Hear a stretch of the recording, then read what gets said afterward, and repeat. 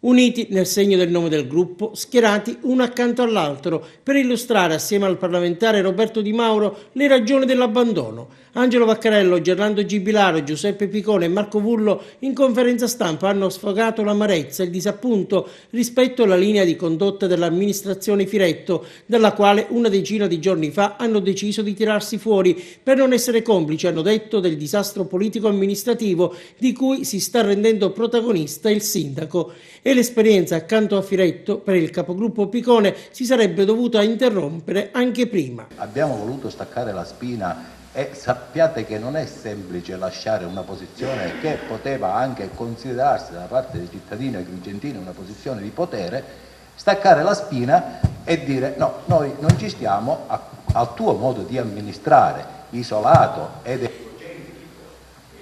ma in maniera anche smisurata alcune volte. E pertanto la nostra decisione ritengo che sia stata anche aspettata dai cittadini, perché ci hanno seguito. Io per le strade incontrando gli agrigentini mi veniva chiesto ma quando uscite da questa maggioranza? Marco Vullo ha posto l'accento sul degrado in cui versano le frazioni, attaccando poi il sindaco sul fronte etico e morale. Le prescrizioni secondo Firetto di chi ha peccato o è indiziato di peccare o è indiziato di peccato non può assumere cariche istituzionali, disse. Cioè le ha detto lui. Cioè un peccatore non può assumere cariche istituzionali, forse. Però poi noi ci troviamo in giunta. Chi ha dichiarato di vergognarsi di essere agrigentino, chi in una famosa manifestazione organizzata da questa città, dalla città, che poi si è scoperto essere organizzata da altri coordinatori esterni, si vergognava di essere agrigentino perché dovevamo lottare i costi della politica. E oggi nessuno si indigna, il sindaco non si indigna, anzi lo blinda, e mi riferisco all'assessore Biondi, dicendo che anzi è uno degli assessori più attivi.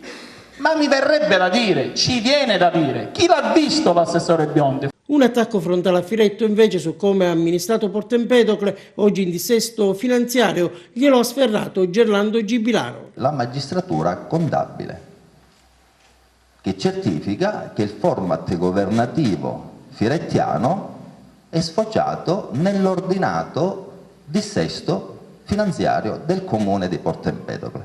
Ora è chiaro che se questa delibera della Corte dei Conti veniva alla luce prima, Firetto non poteva varcare il ponte Morandi per venirsi a candidare ad Agrigento, sicuramente come primo cittadino. Evidentemente poteva venire ad Agrigento per comprare qualche altra cosa, non per candidarsi come primo cittadino della città di Agrigento. A chiudere il cerchio è stato Angelo Vaccarello. Firetto ama amministrare in solitudine, ha detto, e proprio questa solitudine lo sta facendo fiaccare politicamente, portando la città a sbattere. Abbiamo visto l'operato del sindaco che fa solo il solista, non banda il consiglio comunale, non banda i consiglieri comunali, quindi abbiamo poco da dire.